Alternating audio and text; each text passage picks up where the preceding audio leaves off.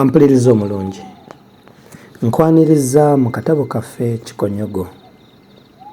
Katono nnyo okujjukizayo twakoma mu kitundu kyaffe ekyayita nga nkyali waggulu ku musaali era nagwibwako ekyekango oluvannyuma lw'okubeera nti Kaweke yajja ku muti kwennyini kwe nnali ne yeeyimbamu omuguwa ne yejja mu bulamu bw'ensi eno. Ekyokukola kyambula era n'ensigalira okubeera awo nga sitegeera kigenda mu maaso naye ate nga nfiiriddwako enfiira bulago. Nkwaniriza mu kitundu kyaffe ekyokusatu eky'essuula Kaweke anjawulira ate nange nneekyawa. Awo ku muti nalwawo nnyo nga sinnaddamu kaluntu. Mu bimpi nandigambye nti nali simanyi gye ndi, gw'ate olaba n'omulambo ogwali awo ku lusegere nga sirina kye ngutyamu. Ekijja okunzizaamu amaanyi kye kinyira ekyakontolera awo okumpi ng'omuntu. Mpozzi kyali kinyumirwa omwezi ogwali gwememula okwanaamiriza abalabi. Bwe kyakontola ne neesisiwala, enviiri ne zinva ku mutwe ne ntandika n'okuwulira nga siri bulungi olw'okuba nti nali ninaanye omulambo. Olwo ne ntandika n'okulowooza nti banne ba Kaweke bayinza okunsanga awo. Ekituufu kye nalaba kwe kukka wansi ndyoke njiye ekyokukola. Nali mpita ku mulambo bwe nti ne neekoona ku mukono gwagwo ogwa ddyo. Bwe natunulayo nga ndaba ttooki yenkoonyeeko. Kyennava ngikwakkula ne nanduka nayo. Olwasimba ekigere ku ttaka nga mpulira eddoboozi lya Patrice ligamba nti, "Owange Kaweke, awo ku muti woonoonyeza omubbi. Ffe tugomokanga ggwe oli ku muti weewanise bwewanisi, ye ng'oli wa kitalo." Patrice yalowooza nti ayogera ne Kaweke era kyeyava ayagala asembere amubuuza 4 n'akaano. Konze nti wano wafiira muloge. Bwe yasemberanga nga nze neeyongerayo. Nalaba mwesuddeko ebbanga eriwera n'enjota mizibu. Ye nno nadduka ebigere bimeka okugenda okukebuka nga nyambalaganye n'akakongoowe. Omukadde embalangu bwe kutuka teyunga. Akakongoowe bwe kaakutamako okumpa ekyanya tekaakutaamulukuka na leero. Nze bwe nakabuuka ne nzisittukamu katono. Bwe natebenkera nate kwe kulaba nti nali nkola bya kito n'empetamu. Olwo nno nayita mu muwazi gw'ebitooke omulala ne siyita mu kkubo limu anti baaligamba nti lyassa Wamusu. Bwe natuuka waziivu ne mbwama. Wali waziivu nno anti balugo owa buli ngeri, luyiki, kandi, nandigoya n'ebisebe ate okwogatteko n'ekigaaga byagenda ne birandizibwa ku mutuba ne guziyira okukamala. Bwe nagutuukamu ne neekoola nti okuva wano mpozzi nga mwana wa mwana yazze. Nasirikira ddala n'enkonanga ejjinja. Mbandi eyo neewanise kwe kuwulira waddanga ng'akanguka nti, "Patrice, tubuulire bulungi naawe omulabye otya?" Ko Patrice nti, "Mbadde ntambulatambula wano ne ndaba omusajja ng'awonatuka ku musaali okwo. Nze nno mbadde ndowooza nti ye Kaweke, naye nkanze kweyogeza nga tayanukula. Mbadde musemberera mulabe adumye budumi. Munnange nga nsemberera ddala wano ku muti w'abadde ndabo bawaliwo byalesseewo. Bwe ntuusa awo ku muti ngenza okuwulira ng'ettabi liwogoka n'endalama waggulu.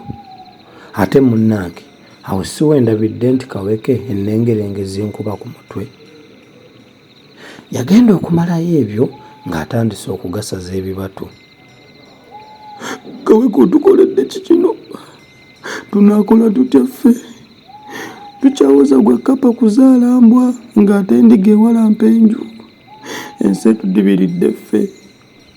Ebyo bye yasembyayo anti olwo ng'awoowoola ng'embwa. Omwezi gwali gukubye ettumba. Emiyozi nga nagyo mu kibira gyefudde ebbereegye. Ebinyira nga bikontolola olw'okuwakanya Lugaba eyabigaana okweyagala emisana. Amayenje nga nago gakaaba lwago. Akabiina k'abasebinaagiina nga nako kali awo mu kyererezi ky'oluggya. Nze nno nalindi eyo mu kasiisira kankayite bwentyo. Ab'edda abaagamba nti lwakwakanga musana naye kaakiro tabulamu ddala baali batuufu. Singa kaakiro teyaliimu abasajja bali bandindabye okusinziira ku ngeri omwezi gye gwali gwakamu.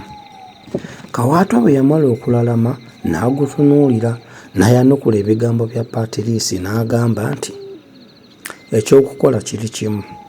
Tujja kuddira omulambo guno tugusibe mu kkutiya, tugusse ku ggaali, tugutwale tugusuule mu nnyanja. Mawangala kwe kuddamu nti nga tugutwala tutya? Abantu tebaatulabe nga tugutwala. Ye ne bwe kitaba ekyo, si kyangu okusuula omulambo mu mazzi ne gutagoba ttale. Kale bwe gulizuuka nga gwa Kaweke, olowooza walibulawo atulumiriza? Kawaatwa yali musajja mutemu ddala. Mu butemu bwe obwo gye yafuukira empayipayi, kagezi munnyo ate ndya maggwa, anti yeemanya bwegakyusa. Yali mukakaba atajja busera, bwe bumwokya asolobeza busolobeza nga bw'agamba nti bunjokyezza wenjagala. Bw'atyo ne mu kiseera ekyo yali yalabye dda ekyokuddamu nti leka naawe kutiitiira bw'otyo.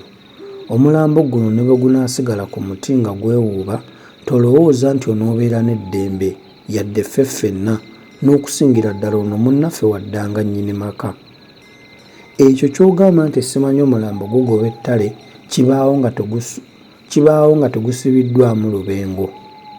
Bwe gusibibwamu oguyinja ogwo ogunene, gubbira omulundi gumu tegudda. Ate ekyo kye weekwasizza nti balitulumiriza, osaana omanye ekintu kimu. Ebintu nga bino bye tubaddeko Kaweke talina gwe yali abigulidde, era ne mu kujja eno teyalaze. Kale olwo ani amanyi gy'ali? Wabula nze kye ndaba ekizibu y'engeri gye tuyinza okukwekamu emmotoka eno.